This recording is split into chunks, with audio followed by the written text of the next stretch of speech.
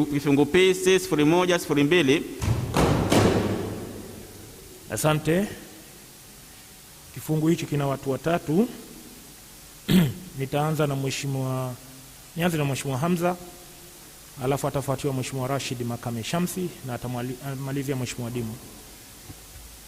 Mheshimiwa Mwenyekiti, nakushukuru kuweza kunipa nafasi hii nikaweza kutaka maelezo zaidi kutoka kwa Mheshimiwa Makamu wa Pili wa Rais wa Zanzibar. Mheshimiwa Mwenyekiti, kwanza napongeza kwa majibu ya Mheshimiwa Naibu wa Waziri, Afisa Makamu wa Pili, pamoja na Mheshimiwa Waziri wa Nchi, Ofisi ya Makamu wa Pili wa Rais. Lakini vile vile napongeza majibu ya Mheshimiwa Makamu wa Pili mwenyewe wa Rais kwa kuwa muwazi kabisa, hakuacha kitu. Mheshimiwa Mwenyekiti, nilipokuwa nikichangia kuna baadhi ya mambo ambayo muda ulikuwa mdogo, lakini nilichangia kwa maandishi, na nilizungumzia kadhia ya migogoro ya ardhi, ambao kuna mgogoro umedumu miaka mingi kwa wananchi wa Nungwi, na swala hili kwa kweli tumejitahidi sana. Mheshimiwa Waziri wa Ardhi analijua, lakini vile vile hata Mheshimiwa Mwanasheria Mkuu analijua. Wananchi wa Nungwi eneo lao wanashindwa kuweza kufanya uwekezaji wa aina yoyote, kwa sababu eneo hilo alipewa mtu ambaye nguvu yake ni kubwa sana, na wananchi wale wanashindwa hata kufanya uwekezaji katika eneo lao, wakati wananchi wenzao wote katika eneo hilo wote tayari walioamua kuingia ubia wameingia, walioamua kuhaulisha umiliki wao wameweza kuhaulisha. Sasa Mheshimiwa Mwenyekiti, haipendezi sana kwamba sisi tunasimamia haki za wananchi, lakini vile vile ikawa sisi tunashindwa sasa kutetea haki za wananchi wale.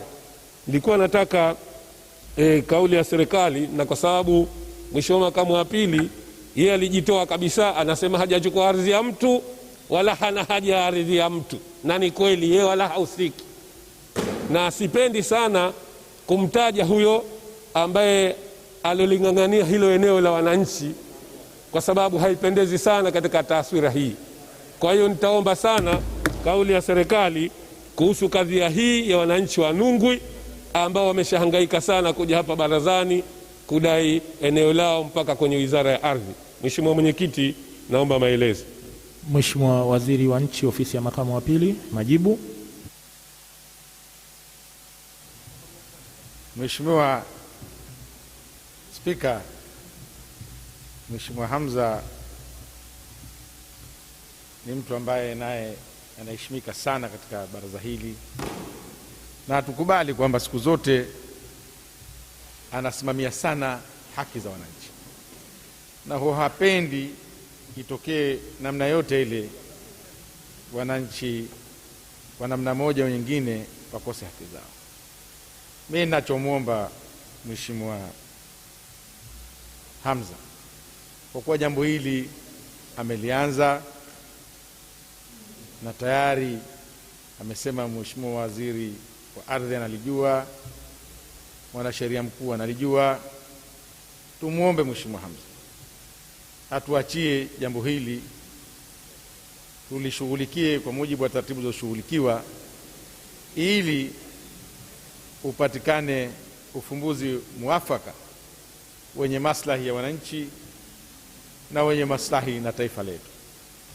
Naamini Mheshimiwa Hamza anajua kila hatua ambayo serikali ilikuwa na imani na wananchi wake na inavyopenda kutatua migogoro inayojitokeza, na yale yote ambayo anapelekewa Mheshimiwa Makamu wa Pili wa Rais anajaribu sana kutafuta kila namna ya kutatua matatizo haya. Kwa hiyo Mheshimiwa Hamza, kwenye hili tunakuomba utuvumilie, tuje tukae pamoja, kikao cha pamoja kati yako na taasisi zote husika, tuone ugumu uko wapi na namna gani tunaweza kulishukia jambo hili, kwa sababu kwa hapa kupata majibu ya moja kwa moja inakuwa ngumu, Mheshimiwa Spika, hasa ukiona jambo hili linashughulikiwa na Wizara ya Ardhi, na wizara itakuja itatoa bajeti yake, watalieleza kwa kina. Mimi nadhani tumuombe Mheshimiwa Hamza asubiri wizara husika ili apate ufafanuzi wa kina wa jambo hili. Asante Mheshimiwa Spika. Mheshimiwa Hamza. Mheshimiwa Mwenyekiti, najua sana Mheshimiwa Waziri wa Nchi, Ofisi ya Makamu wa Pili wa Rais, anatengeneza siasa, na kweli ni sisi ni wana siasa, lakini ili siasa iwe nzuri na wananchi waendelee kutuamini, waendelee kutuchagua, siasa yetu isimame na ukweli wa kutetea zile haki zao.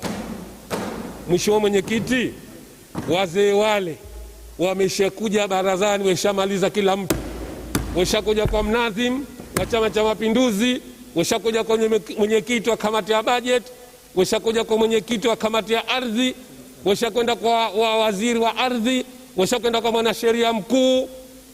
Tena kuna busara gani hapo nyingine?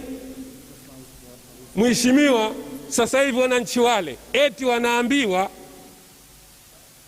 walipwe na yule mtu aliyechukua ile ardhi. Toka siku walioambiwa walipwe na yule mtu aliyechukua ile ardhi, sasa hivi zaidi ya mwaka wa 3.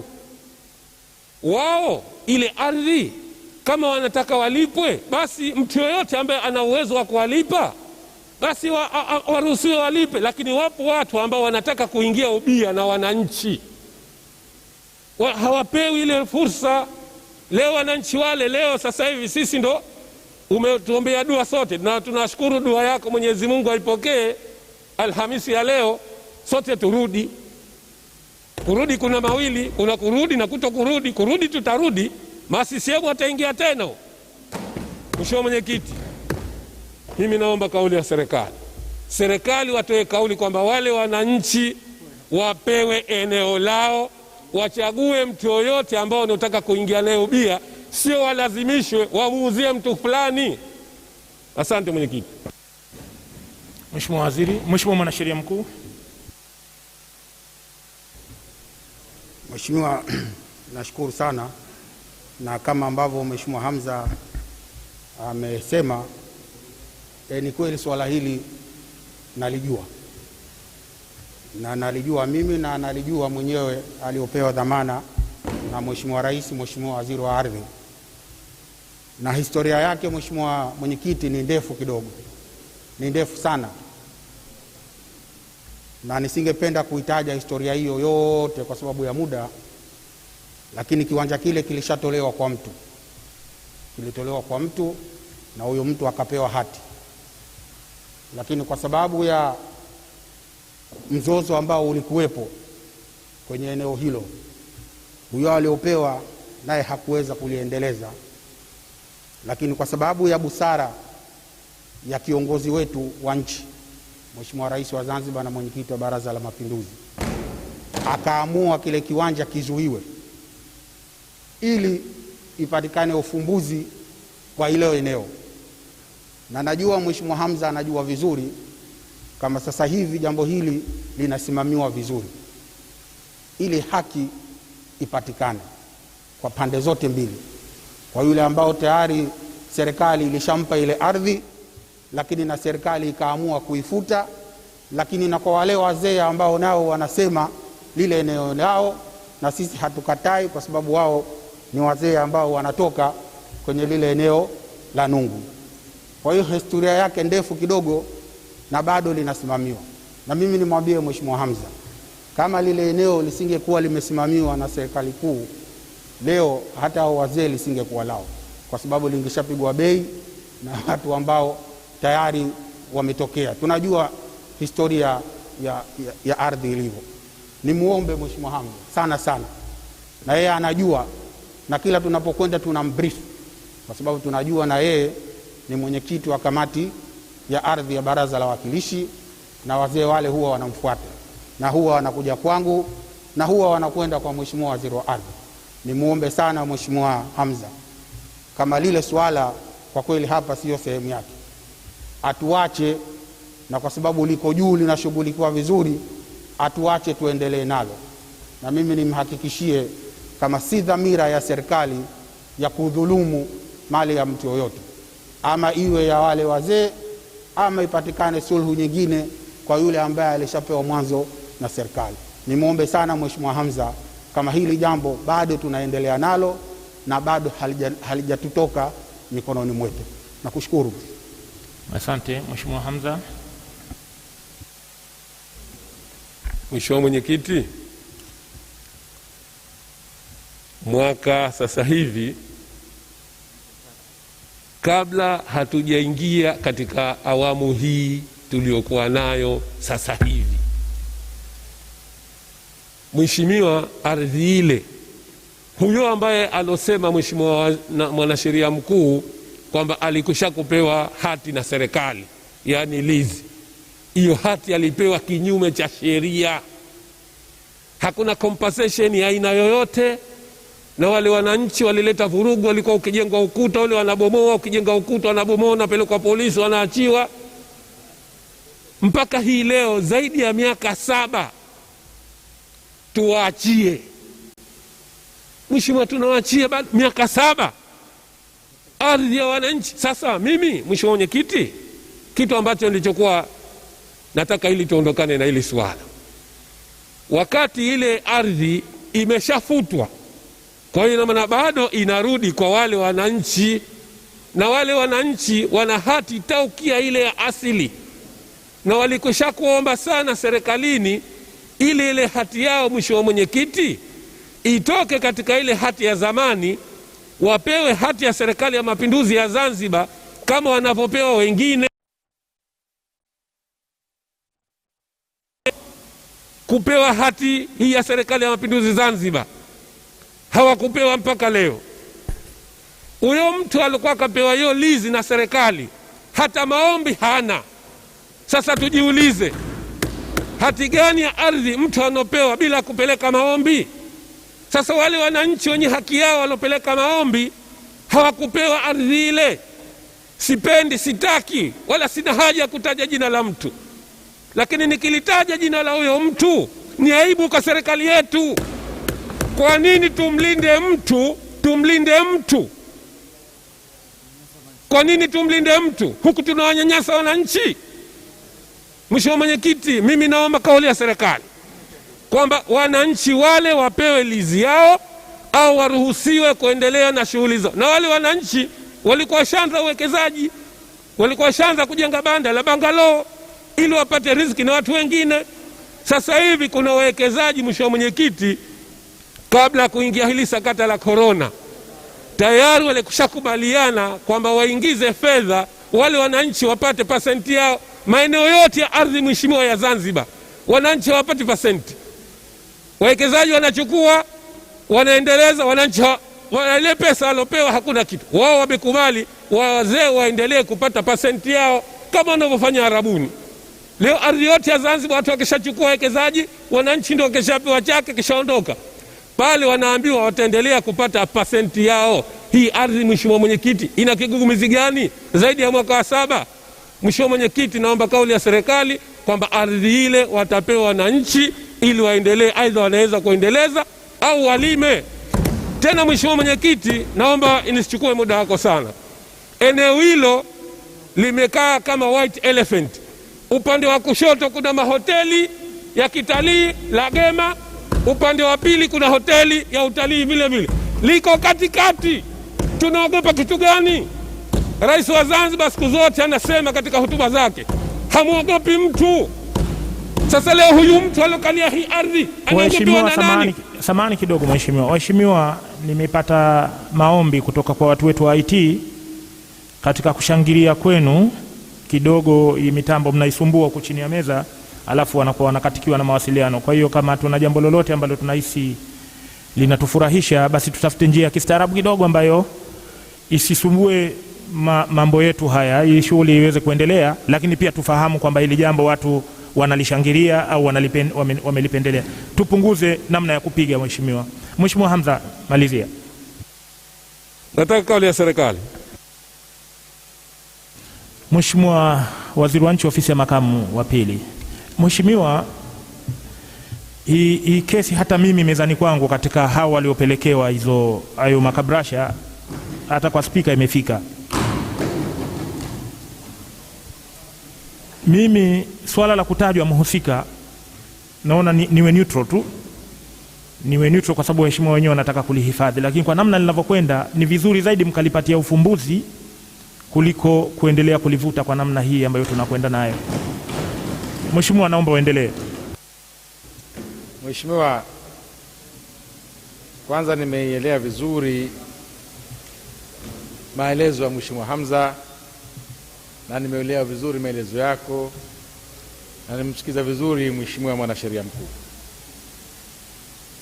Ni kweli dhamira ya serikali yetu haina haja ya kumlinda mtu kwa kukera wananchi wake, na sote tunajua imani kubwa alionao rais wetu na anavyopenda kutenda haki na alivyokuwa ni ngome ya wananchi wa nchi hii. Siku zote amesimama imara kwa uadilifu mkubwa katika kuyapatia ufumbuzi matatizo makubwa na mazito, lakini kwa sababu ya imani yake kwa Mola wake na kwa nchi yake tunafikia mahala kupata ufumbuzi. Kwa hiyo sote tuliomo ndani, Mheshimiwa, hatupendi hata siku moja wananchi wetu wadhulumiwe, wananchi wetu wakose haki zao. Kwa hiyo mimi ni muombe Mheshimiwa Hamza, kwa sababu hili ombi lake tayari lipo katika ngazi ya juu na limeshughulikiwa vizuri na linaendelewa kushughulikiwa vizuri.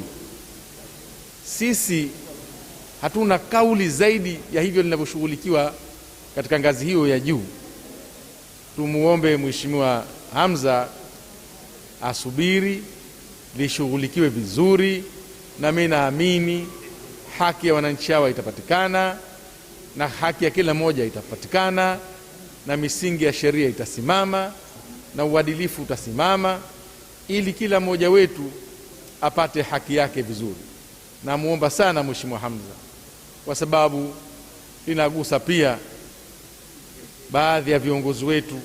Si vizuri sana kuendelea kulizungumza hapa na wakati wizara husika inalifanyia kazi, serikali inalifanyia kazi, Mwanasheria Mkuu amelielezea.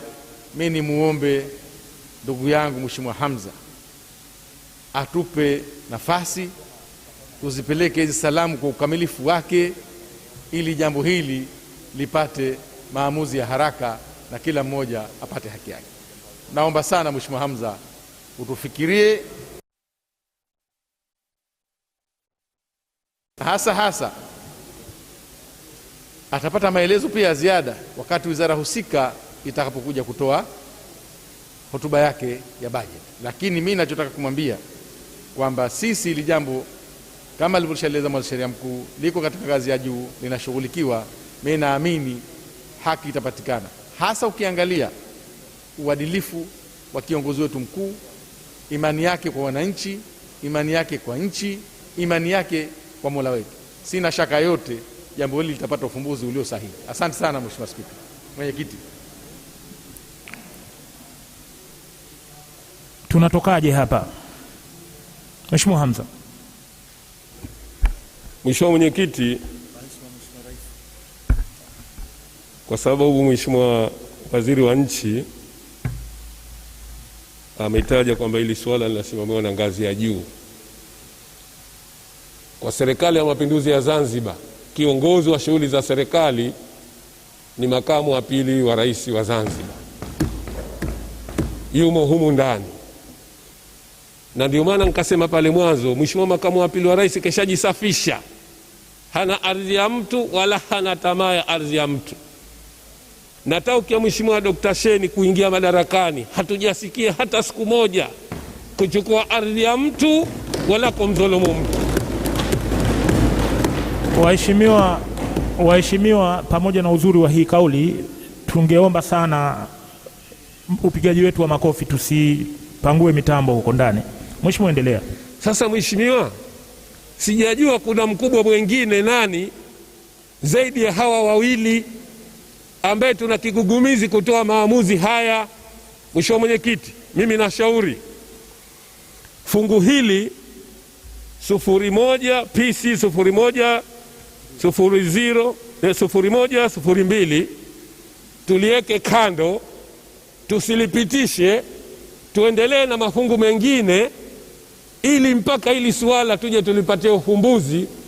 Kwa kuwa bado tupo kwenye hili baraza, tutakuja kulipitisha. Mheshimiwa Mwenyekiti, miaka 7 si kidogo, na sitaki kukosoa utendaji watu wetu, lakini mimi ninapojua Mheshimiwa Rais anapowapa watendaji, shughulikieni suala hili, wanatakiwa walishughulikie, wapeleke jawabu. Kwa maana hiyo, kama kuna watu wamepewa walishughulikie suala hili mpaka leo wamekaa mikononi mwao, sio kosa la rais, kosa la watendaji. Wamepeleka jawabu gani? Kesho tuna bajeti ya ofisi ya rais hapa, lakini vile vile tutakuja kuwa na bajeti ya ardhi. Hili suala linimtambuka, lina kila pembe. Kwa hiyo mimi naomba, kwa kuwa Mheshimiwa Makamu wa Pili ndio mratibu wa shughuli hizi na yeye kesha nao anasema hahusiki, tumwachie Mheshimiwa Makamu wa Pili wa Rais awaite hawa waliopewa hiyo shughuli ya kusimamia hili zoezi, wawaite wale wazee, halafu aitwe na huyo mtu aliopewa hilo eneo na silake tena mahali shafutwa, ili tupate maamuzi ya serikali na wale wananchi wapate haki yao. Asante sana Mheshimiwa Mwenyekiti.